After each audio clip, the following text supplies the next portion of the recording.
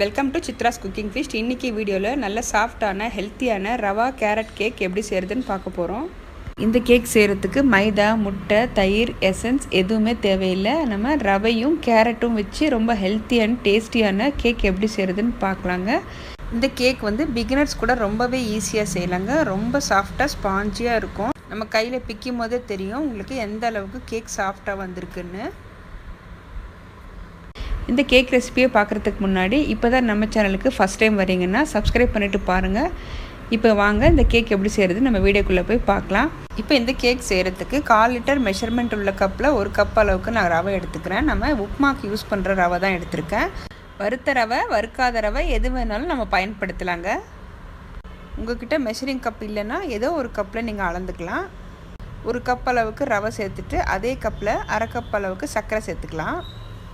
இந்த கேக்கோட ஃப்ளேவருக்காக எசன்ஸ் எதுவும் பயன்படுத்தலை. 2 ஏலக்காய் சேர்த்துருக்கேன். சேர்த்துட்டு நல்லா நைஸாக ஃபைன் பவுடராக அரைச்சி எடுத்துக்கோங்க. எந்த அளவுக்கு அரைக்க முடியுமோ அந்த அளவுக்கு நல்லா நைஸாக அரைச்சி எடுத்துக்கிட்டேன். இப்போது 1 கப் அளவுக்கு நான் கேரட் துருவல் சேர்த்துக்கிறேன். அதே கப்பில் 1/2 கப் அளவுக்கு காய்ச்சி ஆற வச்சுன பால் சேர்த்துக்கிறேன். இப்போ அடுத்ததாக 1/4 கப் அளவுக்கு வாசனை இல்லாத ரீஃபைண்ட் ஆயில் சேர்த்துக்கலாம். இப்போ க்ளோஸ் பண்ணி நல்லா 1 நிமிஷத்துக்கு அரைச்சி எடுத்துக்கோங்க.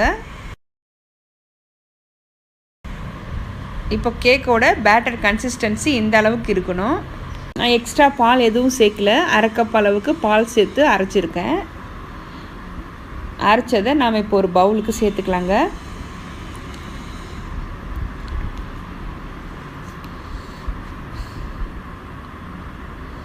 இப்போது பேக்கிங் பவுடர் 1 டீஸ்பூன் சேர்த்துக்கிறேன்.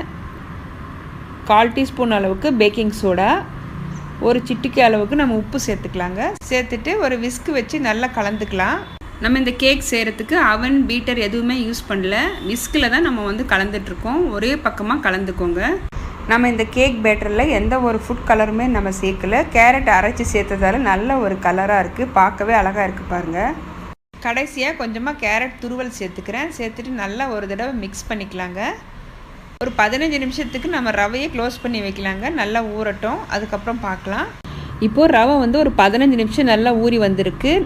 இப்போ இந்த பேட்டரை நம்ம பேக் பண்ணி எடுக்கணும். அதுக்காக ஒரு அகலமான பாத்திரம் எடுத்திருக்கேன். இதில் 1 டீஸ்பூன் அளவுக்கு எண்ணெய் சேர்த்துட்டு நல்லா ஸ்ப்ரெட் பண்ணிக்கலாம். நம்ம கேக் பேட்டரை ஊற்றிட்டு நல்லா டேப் பண்ணி விட்டுக்கலாங்க.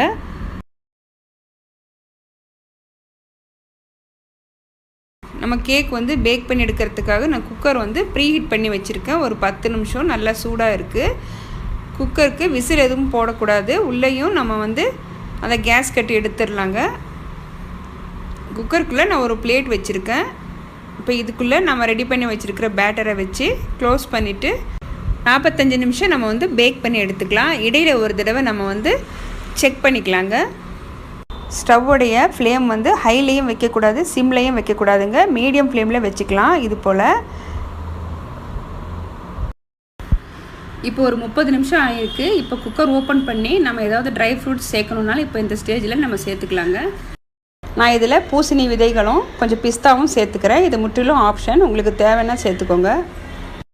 இப்போ மறுபடியும் க்ளோஸ் பண்ணி ஒரு 15 நிமிஷம் நம்ம பேக் பண்ணி எடுத்துக்கலாம். இப்போ 45 நிமிஷம் ஆகிருக்கு. கேக் பார்த்திங்கன்னா நல்லா வெந்து வந்திருக்கு. நம்ம ஒரு கத்தி விட்டு நம்ம செக் பண்ணிக்கலாம்.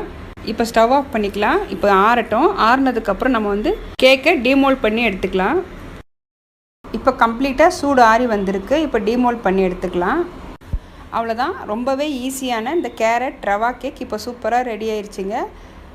பாத்திரத்துலேயும் ஒட்டலை, அழகாக வந்திருக்கு பாருங்கள். நம்ம வீட்டில் இருக்கிற 1 கப் ரவையும் 2 கேரட்டும் வச்சு சூப்பர் சாஃப்டான இந்த கேக் நீங்கள் கண்டிப்பாக ட்ரை பண்ணி பாருங்கள்.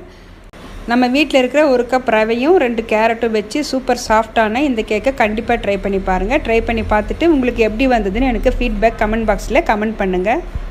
இது போல் இன்னும் ஈஸியான ரெசிபிஸ் உங்களுக்கு பார்க்கணுன்னு நினச்சிங்கன்னா சித்ராஸ் குக்கிங் ஃபீஸ்ட் சேனலை மறக்காமல் சப்ஸ்கிரைப் பண்ணிக்கோங்க. சப்ஸ்கிரைப் பண்ணிவிட்டு பெல் பட்டனை ப்ரெஸ் பண்ணி வச்சுக்கோங்க. அப்போ தான் நான் போடுற வீடியோஸ் உங்களுக்கு நோட்டிஃபிகேஷனாக வரும். தேங்க்யூ ஃபார் வாட்சிங்.